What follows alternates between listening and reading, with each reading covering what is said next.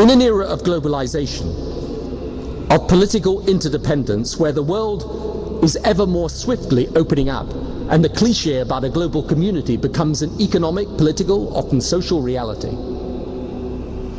In this new world, how religious faith develops will have a profound impact. The forces shaping this world at this moment are so strong, and they all tend in one direction.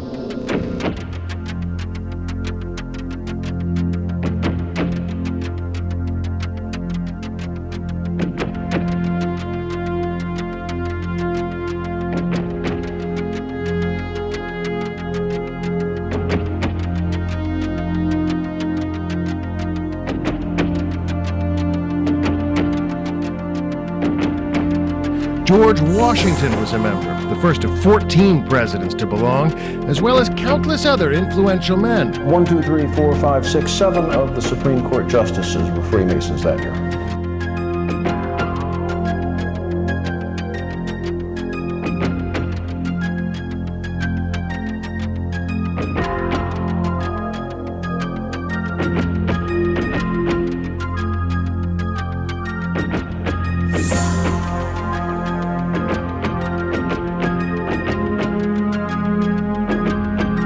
Right, this is an agreement that was reached many years ago by about 190 countries have now signed up to it. And the idea is that we are screwing up the planet with too much CO2, right, and therefore we have to do something about it. Now, what is now coming up at Copenhagen, at what will be the 15th meeting of the states parties to this convention, 190 countries in Copenhagen from December the 7th to the 18th, there will be a conference at which the treaty which you now have in front of you on the desk there will be signed unless you and everybody watching can stop it. And that treaty, among other things, says there's going to be a world government. Okay, hang on just a second. We showed you last night very clearly the people of real influence in and around the White House who want to fundamentally transform this country into something revolutionary. Almost Venezuelan in nature, completely different than what our founders intended. They want to turn us into a country that focuses more on spreading the wealth than actually creating it.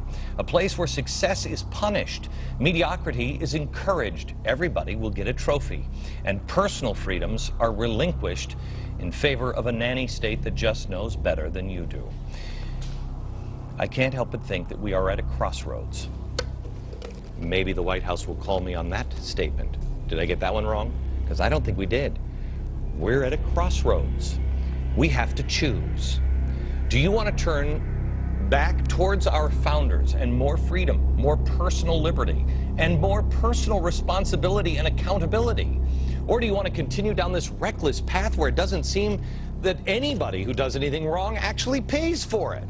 They'll try to tell you that this isn't a reckless path that President Obama and his henchmen are actually plotting for us.